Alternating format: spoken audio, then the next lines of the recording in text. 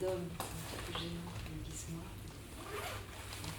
Le magazine, ça s'appelle tout simplement. Est-ce qu'on sait pourquoi on fait les choses?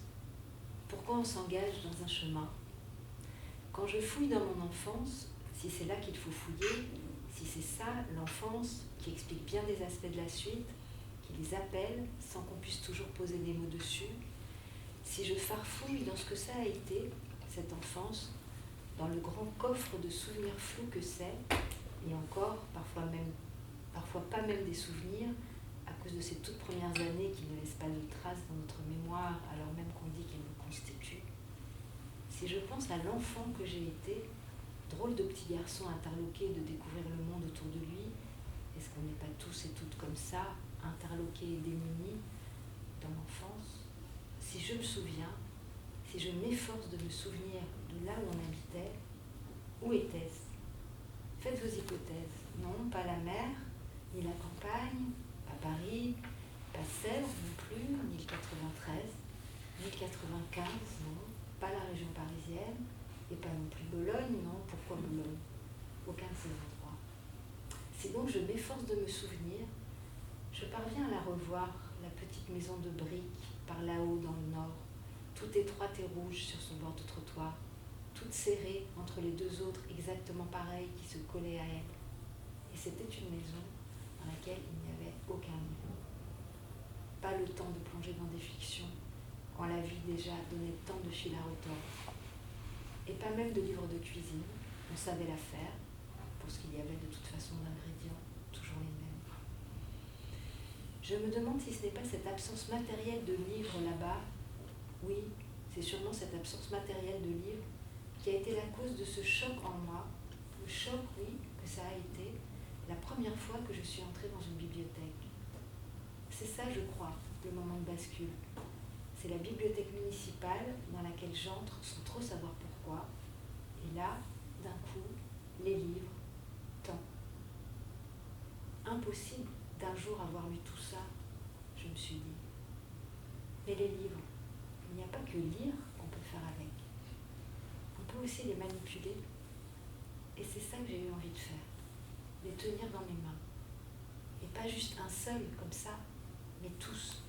Mais le plus possible. Je me sens bien ici. Comment expliquer pourquoi? La compagnie de tous ces livres. Le cocon que ça me fait. Le cocon ou à l'inverse, comme des lunettes sur le monde. L'idée de toutes les petites fenêtres que c'est, chaque livre une fenêtre, chaque livre aussi un monde, et tous ces mondes, toutes ces visions du monde, côte à côte. Le savoir que c'est là. J'aime être au milieu des livres. Dans les salles de lecture, le silence des gens concentrés à leur table, comme c'est tranquille, comme ils sont dans leurs pensées. Toute cette concentration, c'est beau à voir. Ça me calme. Ça m'apaise de les voir plonger dans leur lecture comme ça. Des plongeurs, oui, avec leurs palmes imaginaires, à circuler dans les livres, à onduler là-dedans, et moi, le maître nageur, à les regarder faire, à m'assurer qu'ils ne remontent pas par paliers trop rapides, que tout se passe bien. C'est d'un calme presque surnaturel. Parfois, j'en revois un ou une que je n'ai pas vu depuis longtemps et qui réapparaît, et ça me fait une petite joie. C'est toujours beau de revoir des gens qu'on aurait pu ne jamais revoir. Je me dis, tiens, où est-ce qu'il était passé tout ce temps? Où est-ce qu'elle était passée? Et dans cette salle de lecture, à faire, comme j'ai dit, mon maître nageur, à surveiller la salle comme on surveille une piscine, pendant que les plongeurs et les plongeuses agitent leurs palmes, je m'invente sa vie intermédiaire. Tout ce qui a pu se passer entre cette fois et la précédente, le défilé de ces jours. Les autres aussi, ça m'arrive d'imaginer leur vie. Je traque les indices, je regarde leurs vêtements, le choix des couleurs et des formes, les coiffures, leur corps, comme ils se plient sur les chaises, leurs bras où ils se posent. Et quand les visages sont de face, je cherche les cernes et l'endroit des rides, là où elles se sont dessinées, les expressions récurrentes dont elles sont la trace, les histoires cachées dedans. Et je me fais mes petits romans. Les échanges, sont brefs, mais malgré tout, c'est mon petit monde. Et dans la foule, il y en a avec qui je tisse des genres de petits liens.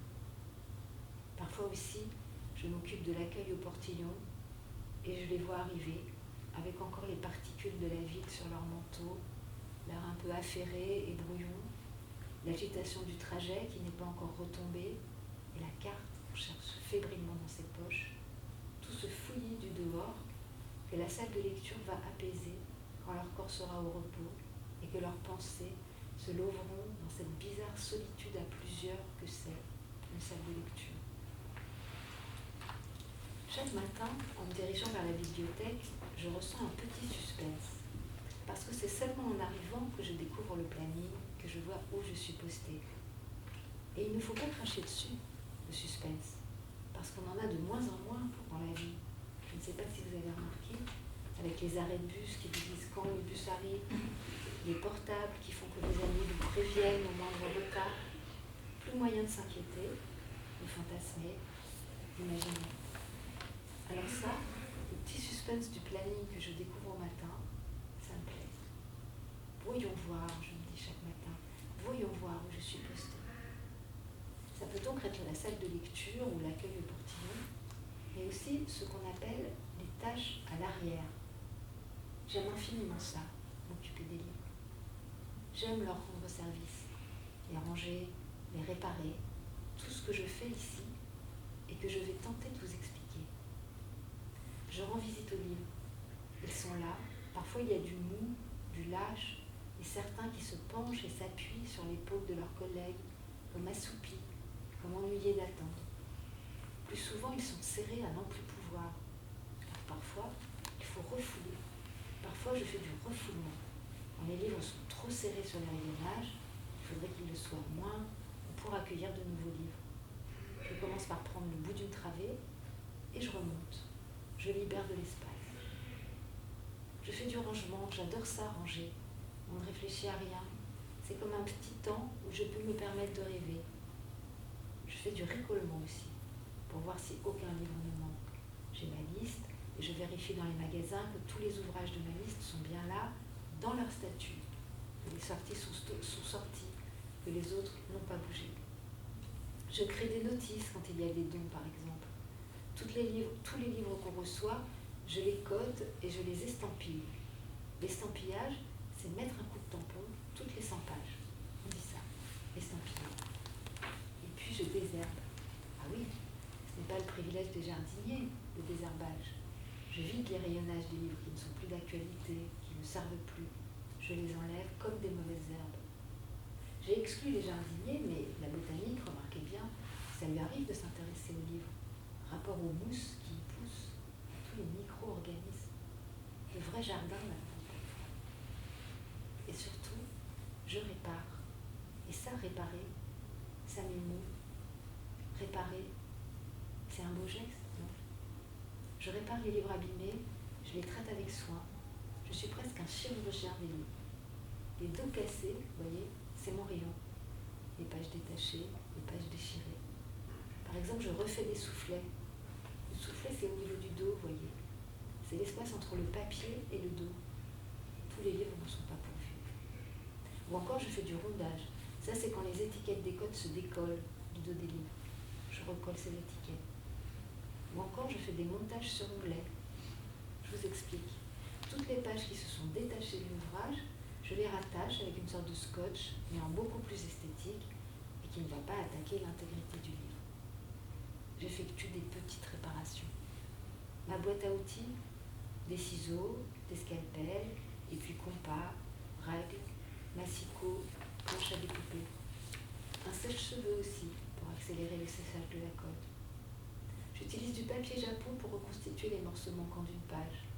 C'est un papier très fin, mais au tissage un peu grossier, et quand on l'applique sur la page abîmée, avec de la colle, une colle non acide, amidonnée, en partie d'origine végétale, les fibres du papier Japon se fondent dans la page. Ça crée comme une fusion. On aura perdu une partie du texte, mais on aura récupéré la page. Parfois même, je récupère le texte. Quand c'est possible, je fais une photocopie du passage, à partir d'un autre exemplaire, sur papier neutre. Je mets à échelle, de sorte que ça se voit le moins possible. Je colle. L'idée, c'est que ça reste propre, à défaut d'être invisible. Les livres trop acides, je les mets en pochette. Sur le carton de chaque pochette, j'écris le titre. Je fais ça à la plume, je m'applique. Ça devient, oui, comme de la calligraphie. Tout à la main. Et c'est mon écriture alors, laquelle me ressemble, parce que c'est ça que ça fait, une écriture manuscrite. Ça vous ressemble, même quand vous vous appliquez, même quand vous la rendez avant tout lisible, un peu domptée par cet impératif-là de la lisibilité. Ça reste la vôtre, absolument. C'est-à-dire la mienne, qui, si les pochettes tiennent, sera là encore, quand moi plus, quand moi non. Cette petite trace que j'aurais laissée quand j'y pense, qui durera plus que moi. On verra mon écriture, on ne saura rien. On ne pensera pas à se demander qui les a formés, ces pleins et ces déliés. Mais ce sera moi. Ce sera quelque chose de moi, là, sous leurs yeux. Quelque chose pour les vivants d'après. Et puis il y a le prélèvement. La majorité des documents ne sont pas en libre accès, ils sont réservés sur le catalogue tout au long de la journée, et le prélèvement c'est ça. Je reçois une pile de bulletins et je vais chercher les livres pour les apporter à la banque de communication. Quand je circule d'une salle à l'autre, je traverse l'exposition du moment. Et l'exposition, en ce moment, c'est Duras, les photos d'elle. Elle est là, démultipliée. Elle me regarde du coin de l'œil quand je passe, de tous les coins, de tous ses yeux.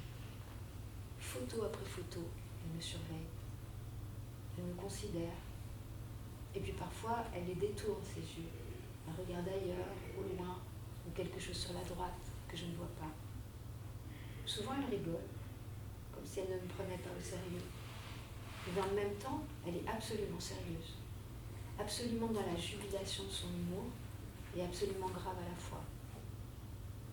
L'appareil photo tour à tour est tenu par les mains de Jean Mascolo, de Michel Porte, de Catherine Faux, de Jean-Marc Turine et d'autres encore. Sans doute ici ou là, le doigt d'Hélène Bamberger appuie sur le déclencheur. Et on voit les roches noires, Duras dans un manteau léopard, Duras avec Jérôme Beaujeau aussi. On voit l'enfance, les photos des années 1919-1920 avec sa mère et ses frères. Elle, la petite aux yeux cernés, aux cheveux un peu collés. Une photo de 1931 sur la terrasse, où elle a l'air de déjà le savoir, qu'elle sera Duras. L'appartement de la rue Victor Hugo à Vanves en 1932, où elle a ce visage de jeune fille qu'on y connaît. L'une où elle lit, de profil, une autre où elle est accoudée, à demi allongée, devant des cartes postales et un planisphère. La maison de la rue Testard à Saïgon en 1933, où la voici jambes croisées, mains sur les genoux. Plus tard, la maison de Naufle, son parc, le parasol bleu, déteint un peu par le soleil, les tables en fer, et dans le grenier, le tournage du camion. Cette maison qui est tour à tour la maison des amis et la maison de la solitude absolue, la terrible solitude de l'écriture. Duras, rigolant sur une balançoire. L'appartement de la rue Saint-Benoît. Au-dessus du canapé, des estampes de paysages. Au mur de la salle à manger, une photo de Mitterrand qui l'embrasse. Une autre de Bulogier. Photo dans la photo. Peut-être que vous vous étonnez que d'un coup, je parle autant de Duras. Et voilà, c'est qu'il y a un envers. Un double fond, comment appeler ça? Plutôt une origine. Parce que je ne suis pas née seulement de la mère et du père qui m'ont engendrée dans la petite maison de briques rouges dont j'ai parlé. Je suis née aussi d'une contrainte. Écrire un texte sur la bibliothèque de la Sorbonne avec pour thème cette année Duras. En plus de mes parents, j'ai une autre génitrice. Ça a commencé en terrasse, sur la petite place, sous un store rayé, un après-midi d'hiver où le ciel était clair, à noter sur un carnet les informations qu'on lui donnait, tout en décollant parfois des enjeux littéraux de la conversation pour accueillir l'entour. Un homme qui passait, léger boitement, cheveux blancs. Ça s'est poursuivi par une visite de la bibliothèque. Décoration de Noël, encore collée aux vitres de l'atelier de restauration, carton d'archer du 19e siècle, dont elle a traqué le nom du verre, épinard un peu. Salle de lecture surplombée par une allégorie de la poésie toute nue avec un miroir. Espace détente, de la cafétéria, et puis le magasin. Elle a cherché, a hésité, a erré dans la bibliothèque, a allumé l'air qui circule, et puis les aléas, les hasards, une rencontre dans les sous-sols. Il y a eu, c'est ça, mon autre génitrice, Christine, croisant un magasinier, et dans l'embrasure d'une porte, commençant d'échanger avec lui au sujet du travail que c'est, et quelque chose qui, dans ce sous-sol, lui est revenu de son goût pour les métiers qu'on connaît moins. Et puis l'envie d'une fiction, puisque c'était possible, l'envie d'un monologue. Elle avait déjà écrit le monologue d'un bruiteur, elle s'est dit voilà, je vais écrire le monologue d'un magasinier. Et mon personnage qui naît, à quoi on doit les choses. Je n'ai rien à voir avec ce garçon-là en particulier, mais je suis née de la sensation des sous-sols et de l'idée des métiers de l'ombre, de ce qu'on appelle quelquefois les métiers de l'ombre, et même si moi, parfois, j'en sors de l'ombre des sous-sols pour entrer en contact avec les lecteurs et les lectrices, même si ainsi, il arrive que je me montre, qu'on me voit. Alors Duras, oui, il faut bien que j'en parle, même si on lui a dit que le lien pouvait être lâche, ça pouvait être juste une allusion. D'autant que parmi ces photos, il y en a beaucoup qu'elle connaît, beaucoup qui sont entrées depuis longtemps dans son imaginaire, qui comptent infiniment pour elle. Et parmi celles et ceux qui tiennent l'appareil, des pour qui elle a une grande affection. Hélène Lamberger, Jérôme Beaujour. Et ce Trouville en partage, où depuis jeune fille, elle aime aller écrire. Duras, donc, suspendu à nos murs, encadré. Son corps spectral sur ses photos, comme sur toutes les photos. Traces, fantômes, je ne sais pas. Elle vivait encore quand je suis née. Et d'un coup, ça me serre le cœur. Quand je dis ça, je ne sais plus qui parle, de Christine ou de moi. C'est toujours un peu comme ça dans les fictions à la première personne. L'auteur ou l'autrice s'amuse de ce jeu d'emprunt, s'en réjouit, y éprouve la joie d'altérité, puis d'un coup s'y glisse, force le passage. Je sens que le jeu de Christine s'immisce ici dans le mien. Je me dis que je suis une drôle de créature. Je suis un hybride et plus que ça encore. Je suis comme le monstre de Frankenstein, formé de bouts de corps des uns et des autres, de bouts de pensée. Nous, les personnages de fiction, on est tous des monstres en ce sens-là. Je dis ça aussi parce que je travaille dans une bibliothèque, que les fictions, ça m'entoure. Du coup, j'ai l'impression que je peux parler de ça. Même si j'ai besoin d'oublier que je suis une créature de fiction pour m'affirmer vraiment. Je suis une invention, mais je suis aussi un homme. Cet homme-là, inventé, d'accord, auquel il faut bien que je croie. Un homme avec un lieu de naissance, avec une maison natale, je me raccroche à ça, toute petite, en briques rouges comme on sait. Un homme qui passe une grande partie de ses heures dans une bibliothèque, un homme auquel vous devez croire aussi un peu, même si vous le savez très bien que je suis une chimère, un homme auquel vous devez vous attacher, tout fragile qu'il est, des signes sur une page, une voix. Moi, donc, l'homme qui en passe du temps là-dessous, et les sous-sols, des émotions, ça vous en procure. On peut vraiment se faire des films dans les sous-sols. Imaginez, vous descendez dans les profondeurs, là où il n'y a plus de fenêtres, seulement des couloirs, des galeries et des livres. Là, pas de lecteur, pas de lectrice, juste vous et votre solitude. Et quoi qui pourrait surgir? Qui? Le moindre craquement vous fait sursauter. Votre petit cœur s'emballe et palpite à l'idée de toutes sortes d'histoires horrifiques. Ces galeries désertes autour de vous.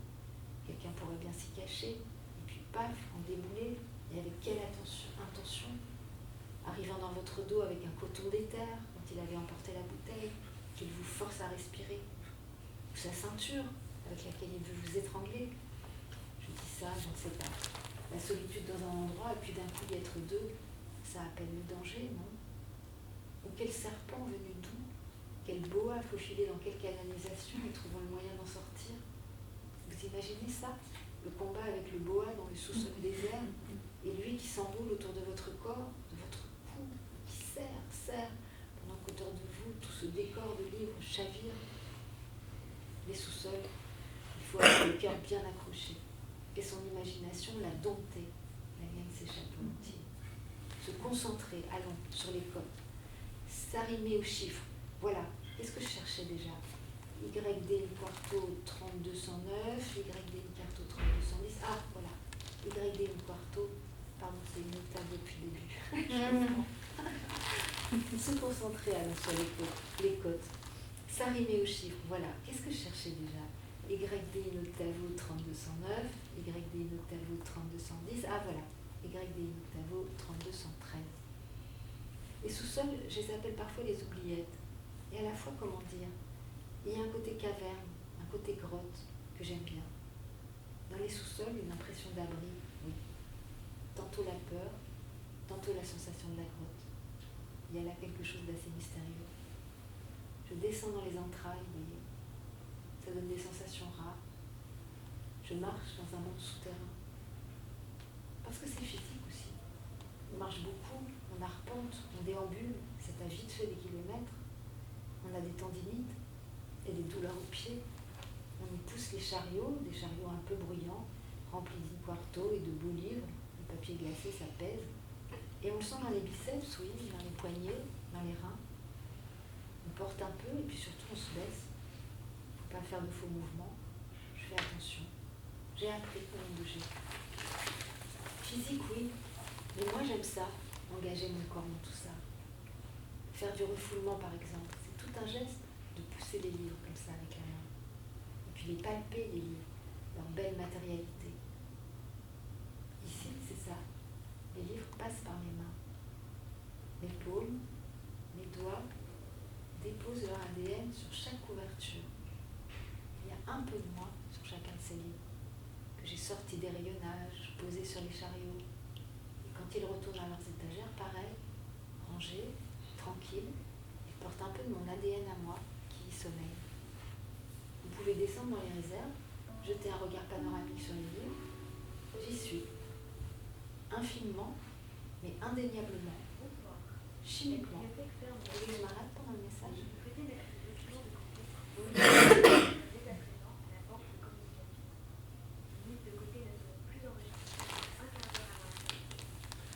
C'est très lointain. C'est fini? Vous pouvez descendre dans les réserves, jeter un regard panoramique sur les livres. J'y suis. Infiniment, mais indéniablement. Chimiquement. Les livres ici sont marqués par mon existence, littéralement. Je suis ici, et puis là, tenez, dans les fibres textiles de cette couverture beige, dans les fibres de carton de celle-là aussi bien. Mon ADN par contact. Et puis, tout aussi dissimulée, tout aussi secrète, et tout aussi omniprésente, les empreintes digitales. Sortez votre kit de prélèvement. Prélevez, vous allez voir. Ouvrez votre petit pot de poudre dactyloscopique. Épandez-en un peu, fluide, étalez-la délicatement avec votre pinceau en fibre de verre. Et voilà, le doux dessin de mes dermatoglyphes, leurs courbes uniques. Partout il y a mon ADN, partout il y a mes empreintes, partout il y a un peu de moi. Parce que c'est ça surtout que je voulais vous dire, que c'est trop tard pour m'effacer.